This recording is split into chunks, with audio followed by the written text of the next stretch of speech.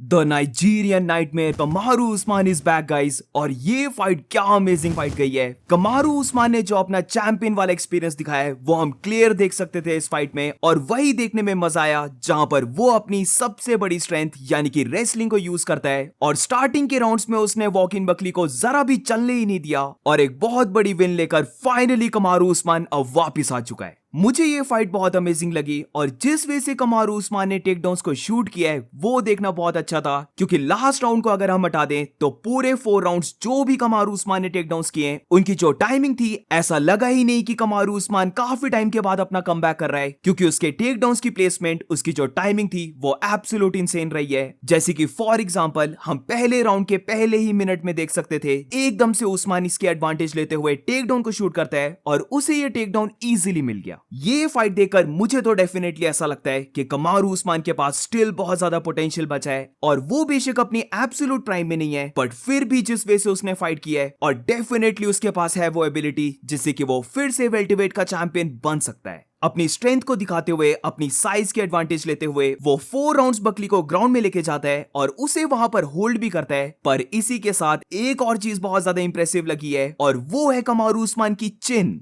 Walk in Buckley का ऐसा नहीं था कि उसने कोई भी पंचेस को लैंड ही नहीं किया है। एक सेकंड के लिए अगर हम 5th राउंड को हटा भी दें तब भी जो 3rd और 4th राउंड में कुछ पंचेस वॉक इन बकली ने लैंड किए जो क्लीन लैंड हुए हैं कमारू उस्मान के फेस और हेड पर फिर भी एक बार भी ऐसा नहीं लगा कि कमारू उस्मान कुछ रॉक हुआ है या फिर बहुत बुरा हर्ट हो चुका है, बल्कि ये पंचेस लेने के बाद वो वंस अगेन ब्रॉल में नहीं पड़ता है बल्कि अपने हाई लेवल फाइट आईक्यू को दिखाता है और फाइट को लेके जाता है ग्राउंड में। अब ऐसा बिल्कुल भी नहीं है कि बकली ने बुरी फाइट की है, बल्कि वॉक इन बकली ने भी काफी अच्छी फाइट की है। और सबसे इंप्रेसिव बात बकली की लगी है उसका गैस टैंक, जहां पर पहले 2 राउंड्स में वो ग्राउंड में होल्ड हुआ है और उसके बाद वो 3rd राउंड में फाइट को पुट ऑन करता है, बट फिर से 4th राउंड में वो ग्राउंड में जाता है और यहाँ पर बहुत सारे वेल्टरवेट फाइटर्स ब्रेक हो जाते हैं। बट वॉक इन बकली ऐसा नहीं है, वो 5th राउंड में सबसे ज्यादा एग्रेसिव आता है। वो कमारू उस्मान के सारे ही टेकडाउन्स को डिफेंड करता है और फाइट के लास्ट कपल ऑफ मिनट्स में, स्पेशली जो लास्ट मिनट था जिस वे से बकली कमारू उस्मान के ऊपर पंचेस को लैंड कर रहा था, वो फॉर श्योर स्केरी था बहुत ज्यादा देखना, क्योंकि एक टाइम पर जब बकली अपने पंच कॉम्बिनेशंस को लैंड करता है तो उससे कमारू उस्मान रॉक भी हो गया था।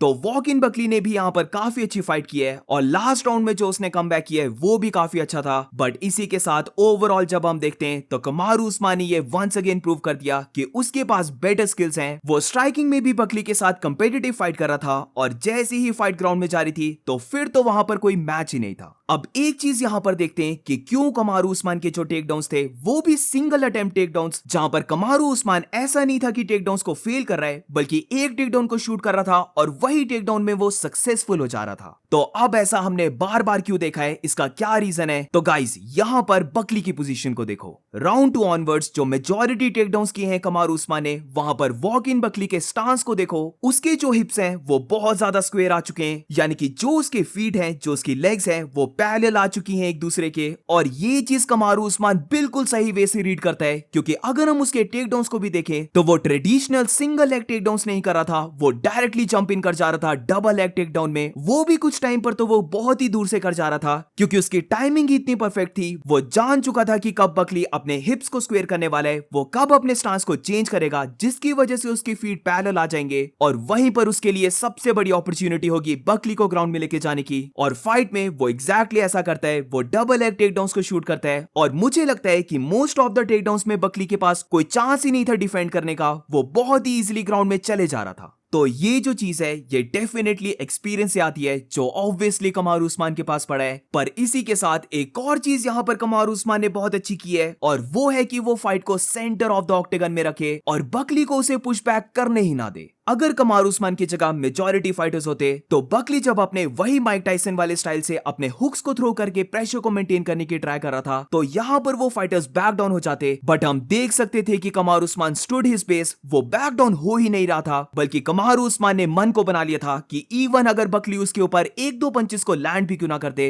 वो बैक डाउन होगा ही नहीं। अब डेफिनेटली स्ट्राइकिंग में बकली ज्यादा बेटर कर रहा था, जो उसके हुक्स थे वो बहुत जोर के लैंड हो रहे थे उस्मान के ऊपर। पर जैसे मैंने कहा लियोन एडवर्ड्स एडवर्ड्स के उस हेड किक नॉकआउट को हटा दो, कमारू उस्मान की ओवरऑल चिन बहुत ज्यादा सॉलिड है। इनफैक्ट वो नॉकआउट होने के बाद भी अभी तक कमारू उस्मान की चिन बहुत ही अच्छी दिखी है। और यहाँ पर हम फिर से एक और बार देखते हैं कि बकली उसके ऊपर बहुत बिग शॉट्स को लैंड कर रहा होता है, बट कमारू उस्मान इन पंचेस को काफी अच्छे वे से लेता है और खुद के भी शॉट्स को फायर बैक करता है। स्पेशली जो मैंने पहले कहा था कि कमारू उस्मान के बेस्ट पंचेस ही उसके स्ट्रेट पंचेस हैं, तो यहाँ पर जो उसका जैब था और राइट स्ट्रेट पंच, ये पंचेस बकली के ऊपर बहुत बार लैंड हुए। अब आई डेफिनेटली थॉट कि बकली यहाँ पर ज्यादा लेग किक्स को थ्रो करेगा, पर क्योंकि कमारू उस्मान उसे पहले ही राउंड से ग्राउंड में लेके चले गया, तो डेफिनेटली बकली को ये लगा होगा कि अगर वो किक्स को थ्रो करता है और कहीं पर अगर उस्मान ने किक्स को पकड़ लेता है तो वो वंस अगेन ग्राउंड में जाने वाला है। और इसीलिए हम देखते हैं कि बकली यहाँ पर बहुत कम किक्स को थ्रो करता है। तो not only physical game, not only skillful game, पर ऑल्सो यहाँ पर कमारू उस्मान के हाई लेवल एक्सपीरियंस ने बहुत ज्यादा रोल प्ले किया है एंड वो ओवरऑल फाइट को विन करता है बाय यूनानिमस डिसीजन। तो मजा आ गया फाइट देखने का। राउंड 5 तो और भी ज्यादा अमेजिंग है। मैं लिटरली अपनी सीट के एज पे आ गया था वो राउंड 5 को देखते हुए।